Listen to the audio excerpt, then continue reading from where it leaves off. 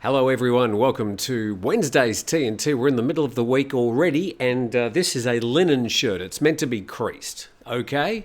Before you start writing in the comments. Anyway, that's my story and I'm sticking to it. Now, there is much more news today than I could possibly cover in our usual 15 to 20 minutes, but I'll do my best. Let's get started. So this happened yesterday from Household English Facebook page. There's been an explosion at a container warehouse in the Lam Chabang port in Chonburi province. Happened yesterday morning, 10:45 a.m.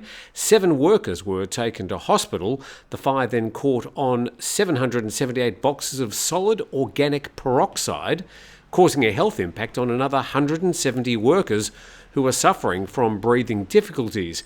This is some video that was posted on the Household English Facebook page showing how that started in one of the containers. It was a pretty furious looking blaze. Obviously it spread but was under control. ThaiPBSWorld.com saying build-up of heat, likely cause of port explosion. Yeah, heat does that to fires. Heat is thought to have been the cause of the explosion and fire among containers being stored inside the Lam Chabang port in Chonburi province yesterday. The container in question was holding 378 boxes of organic peroxide in an area reserved for dangerous chemicals.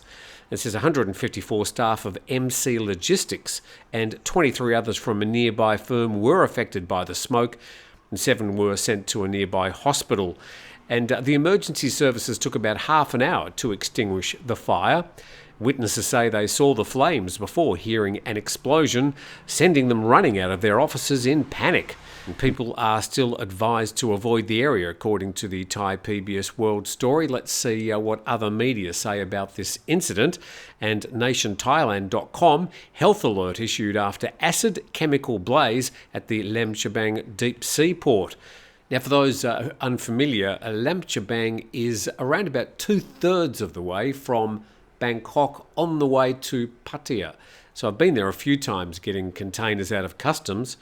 Oh, that's a story in itself, but that's roughly where it is.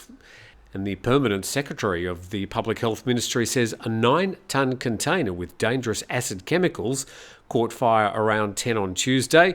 The container was kept on the ground for storing dangerous goods of the JWD company. Health officials told local residents through the community's public address system to always wear masks when leaving home. The local residents have been advised to immediately inform leaders or health volunteers if they develop breathing difficulties, so they'd be sent to the Lam Chabang hospital immediately. So, 7 ended up in hospital. You're going to leave those containers with dangerous chemicals out in the open in the searing Thai heat. I imagine something like this might happen. Those stories reported by Nation Thailand and householdenglish.com. Let's talk tourism, and the Prime Minister's been doing so. Another story from nationthailand.com. Airlines urge new PM to consider waiving visa fees for large markets like India and China. I like this guy here, he's almost asleep. The meeting on Monday discussed the air traffic situation in Thailand and schemes to promote tourism during the high season this year. Now, present at the meeting were Thai Airways, Thai Vietjet Air, Thai Air Asia, Thai Air Asia X, Thai Smile Airways, Bangkok Airways, Thai Lion Air and Nok Air. Now, most of these airlines are domestic Thai airlines. Some of them also travel overseas. And the proposals presented to the Premier and his economic team by the airlines, the airports of Thailand and the Civil Aviation Authority were boosting flights by at least 20%. Easily said, but you've only got another couple of months to get that happening. Enhancing aircraft capacity to accommodate a larger number of passengers. Well, I suppose that means larger aircraft. Again, not easy to just whip up in a couple of months. Expanding efforts to attract tourists from larger markets like China and India. Well, as we've noted before, both those countries have to have a visa on arrival. They don't get a visa waiver like other countries, and currently they are in the top 5 feeders of tourism into Thailand, and adjusting aircraft fleet to match tourism promotion. Well, again, that comes around to basically having larger aircraft. And the government's aim is to launch more travel campaigns next year. Each airline said it would improve flights and routes if the government can boost domestic demand. So what comes first, the chicken or the egg? Airlines usually respond to demand. It doesn't usually happen the other way around. And the executive chairman of Asia Aviation, they're the holding company of Thai Air Asia, advised the government to waive visa fees for travellers from China and India. So that costs the travellers around 2,000 baht at the moment, which gives them a 15-day visa when they arrive in the country. He also wants the authorities to assess the readiness of each airline to fly to different destinations, especially Phuket and Krabi in the south. I can't quite figure that one out. Phuket is already the second busiest airport outside of Bangkok. Krabi, of course, growing in popularity as well, takes a few international flights. I think probably what they're saying is they're talking about flights from those destinations out to lesser-known parts of Thailand. The airlines, meanwhile, want the excise tax on aviation fuel to be reduced. Aviation fuel still the most expensive part of running an airline. The CEO of Thai Air Asia reckoned that easier visa measures would encourage tourists from targeted countries to travel to Thailand. Currently, some 80 to 90% of Chinese arrivals opt for visa on arrival, which costs them 2,000 baht per person. So Chinese have the opportunity to apply for a visa before, but this saying that 80 to 90% of them arrive in Thailand and then get their visa on arrival. And in the first 8 months of this year, only some 2 million Chinese tourists have landed on Thai soil, though the main reason for this low number is a slowdown in the Chinese economy. Waiving visa fees will encourage more to travel and help Thailand meet its target of 5 million Chinese tourists. Well, as we'll find out later in today's program, there's something probably far more sinister going on in regards to Chinese opinion of travelling to Southeast Asia at the moment. And the story goes on. Thai Air Asia, meanwhile, is pushing to increase flights to 6 key Indian cities in a bid to achieve an open sky status and bring more Indians to Thailand. And the president of the southern chapter of the Thai Hotels Association said there are many issues that need to be solved in top destinations like Phuket, and they mentioned things like environmental concerns, urban planning, budget allocation, water reservoir development, urgent public utilities and special projects. But the main one is, come on down, transportation. So those taxi cabals have caused a huge problem for decades as regards transportation in Phuket. It was only announced yesterday in thephuket.news.com that app-based hailing services, things like InDrive, Bolt, Grab, they can now pick up passengers legally at the Phuket airport. There's been a situation where the Phuket airport officials have a deal with local taxi cabals to be able to pick up passengers inside the airport. Well, it looks like people mightn't have to trudge across the car park and travel some, 200 metres out onto the road to catch their app-hailing taxi ride. We'll see how that works in practice. Which leads us to this story from BangkokPost.com. Thailand records nearly 17.6 million foreign visitors since January. Well, this could be a long article. No, it's only 2 sentences. Thailand's recorded 17.57 million foreign visitors so far this year.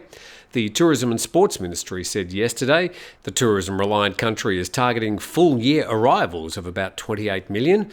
Like down the bottom here, do you like the content of this article? 17 said yes, but 66 said nope. Let's go on to the next article, and this from thebusinesstimes.com.sg. And Thailand mulls easing visa rules to lure Chinese and Indian tourists. Thailand's likely to ease visa rules for Chinese and Indian travellers and allow longer stays for visitors from all nations, as the new Prime Minister, Sethatawisin, looks for ways to boost tourism revenue. So as we mentioned earlier, both Chinese and Indian tourists currently have the visa on arrival. A lot of other countries, including probably where you come from, have visa exemption. You don't have to apply for a visa before you get to immigration. Chinese, the largest group of visitors before the pandemic, face a costly and cumbersome visa application process. Travellers from India must pay 2,000 baht, same with the Chinese, for a 15-day visa on arrival. And the Prime Minister said he wants a list of visa-exempt countries expanded, as well as increased stay limits for most international travellers. Well, increasing the list of countries for visa exemption does have, of course, security implications, and that's not going to be changed, well, within a couple of months. And the president of the Phuket Tourism Association said visa fee exemptions are a quick win for tourism. International visitors to Phuket through July were about 70%. Well, that's either a misprint or diddling of the numbers by the Phuket Tourism Association. If you check the numbers for July, the numbers of foreign arrivals are only about 30% of the average number of people coming to Phuket in the year 2019, which of course was pre-pandemic.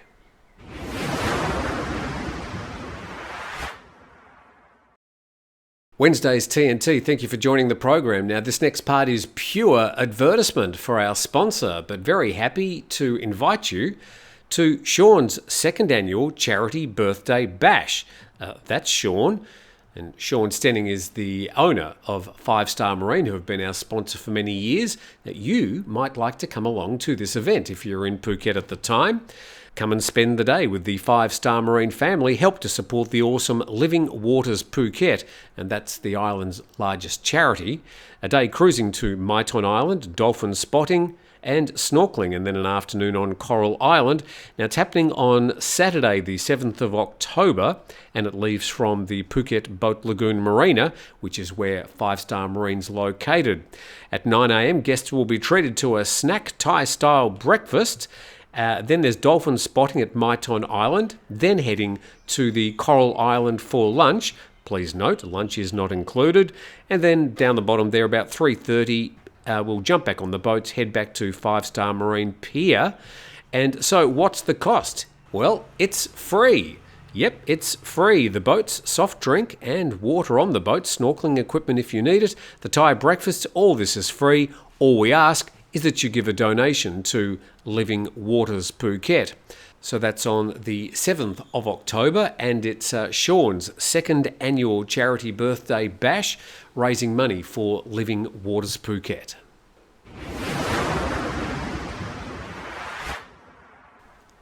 Now, I was mentioning earlier on TNT about the problems that Chinese people are facing coming to Thailand at the moment. And the Prime Minister and other industry leaders were saying, it's just there's not enough planes. But I think there's something, as I mentioned, more sinister going on. Bangkok Post reported this story: cyber scam industry booms in plain sight in Cambodia. And from Phnom Penh around the world, reports of cyber scam schemes targeting unsuspecting victims online have proliferated rapidly. Southeast Asia has become a centre of gravity for those criminal syndicates, often in remote and war-torn corners. But in Cambodia, the scam industry has been flourishing well within the reach of officials. And the story claims that dozens of nations reported that criminal gangs operating in Cambodia had lured tens of thousands of people into the country with the promise of high-paying jobs. I will put a link to this story and another story in our description today if you'd like to read the complete story. And under pressure, Cambodia announced a crackdown in August 2022. Since then, authorities have said they've rescued more than 2,000 citizens from other countries and shut down 5 companies and detained 95 people. But the New York Times interviews with law enforcement, rights groups and rescued victims detail how the shadowy industry has nonetheless continued to thrive because of powerful business people with close ties to senior officials in the Cambodian government and a system of patronage that protects the mills from being investigated by the police. And despite the crackdown and well-documented evidence linking well-known Cambodian officials to the mills, the country has not arrested any major figure. Well, this problem is so pervasive and so big at the moment that I think nothing less than a complete boycott of tourism into Cambodia will get the officials doing anything. And the story says that Thailand's Deputy National Police Chief, Police General Surachat Hakpan, told the Times that the Cambodian crackdown has been all drama and that Cambodian officials tried to sabotage an attempt to rescue Thai victims last year. Roughly 10,000 people from around the world are trapped in such compounds in Cambodia. Many of the victims are from China, Vietnam, Malaysia and Thailand. The governments of these countries have worked with Cambodia to rescue their nationals, but the efforts have mostly been on a case-by-case basis. And in June, Interpol said tens of thousands of people have been trafficked into Southeast Asia, starting first in Cambodia and then expanding into Myanmar and Laos, and labelling it a global human trafficking crisis. We've been reporting isolated incidents about this that we've been able to find in the media for many months here on TNT, including those mock casinos being set up on the borders of Thailand and Myanmar, Thailand and Laos, that are nothing more than these online scam gangs. And this story from StraitsTimes.com, Haven for Scams, hit movies further sour Chinese view of Southeast Asia. The story says, in this summer's blockbuster hit No More Bets, the lead character ends up being forced to work for a crime syndicate in a fictitious Southeast Asian country after accepting a fake job offer in Singapore. And in the suspense thriller Lost in the Stars, a woman who travels with her husband to, again, an imagined country in Southeast Asia, ends up, spoiler alert, getting killed. Netizens and moviegoers in China say the two movies have hardened their impression of Southeast Asia as a region of rampant scams and other crimes, after months of reports of Chinese visitors getting killed or going missing, adding that they would avoid travelling there. According to statistics on telco scams in China, which were shown at the end of No More Bets, the Public Security Bureau, I can't believe these numbers, has cracked 1.156 million cases, arrested 1.5 million suspects, frozen payment and funds amounting to more than, its equivalent of 173 million Singapore dollars, dissuaded 93.8 million from being cheated, and recovered losses of more than 286 billion yuan as at the end of 2022. And the Association of Thai Travel Agents said in June that potential Chinese tourists are more put off by falling prey to scams than Thailand's political uncertainty, referring to May's general election that saw a Prime Minister sworn into office only 3 months later. So this really seems to be a major problem in attracting tourists, especially from China at the moment. Not only these stories we get in Thailand of Chinese kidnapping, mostly by Chinese, but just around the region we've got all these people being trafficked around, ending up in these online scams, some of them parading as casinos, principally in Cambodia. So a developing story, and I think we're probably now going to see, with the media getting behind and spreading this particular news, including these big films in China that were the number 1 and number 2 most popular films over the past couple of weeks, we'll start to see some action. Now let's talk quickly about politics in Thailand and ThaiPBSWorld.com. The days of military coups in Thailand are gone, according to this gentleman, Sutin Klung Sang, the deputy leader of the Pattani party and tipped to be the new defence minister, said yesterday he believes that Thailand has long passed the days of military coups. So he's tipped to be the new defence minister, but there has been some outcry in recent days. Guess where from? The army. He stopped short, however, of confirming that he's slated for the job. Wait until there's a formal announcement, he told reporters at Government House. Sutin, a former teacher and veteran politician, was chosen by the Prime Minister Seta Thavisin for the defence post after an earlier nomination. General Natapon Nakpanit, a former Secretary-General for the National Security Council, was rejected. Sutin says he believes that nobody in the military would want to see another military coup. I believe that from now on there should not be any more military coups. We've long passed those days. Now, in fairness, they're much the same comments that were made by the Army Chief 4 times last year, leading up to the May 14 election. So it seems to be a theme coming from both the government and the military. Whether, of course, that will stay in practice, well, we'll find out eventually. And this story from Bangkok Post, Thaksin lawyer fit for government. And eyebrows are being raised as an ex-lawyer is tipped to become a cabinet minister despite having served jail time for contempt of court over the so-called cash-stuffed paper bag scandal representing former Prime Minister Thaksin Shinawatra in a controversial land case in 2008. He's been thrust into the spotlight as he's expected to serve as the Prime Minister's office minister under the Pattani-led coalition government. Back in 2008, the Supreme Court sentenced Mr. Pitchett and two of his colleagues to 6 months each in jail for contempt of court after they tried to bribe Supreme Court officials by handing them a paper bag containing 2 million baht in cash a fortnight earlier.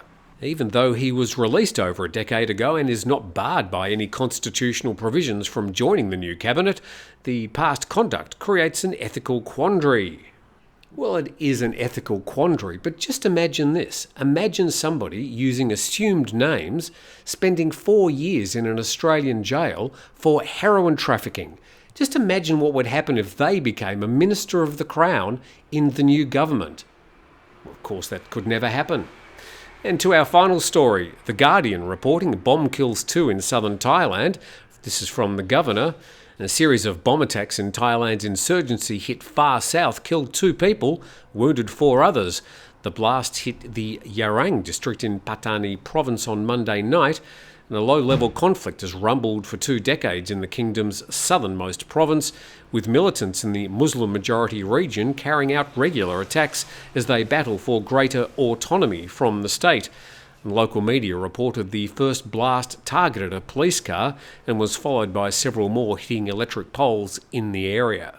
So just an ongoing situation there down in the south of Thailand. I think the toll is now well over 7,000 people who have been killed over the past 2.5 decades in what's called the Southern Insurgency. And that brings us to an end of today's program. I thank you very much for watching. Please subscribe to the channel if you enjoy what we do each day, and that really helps us more than anything else. In the meantime, have a great Wednesday. We look forward to seeing you tomorrow.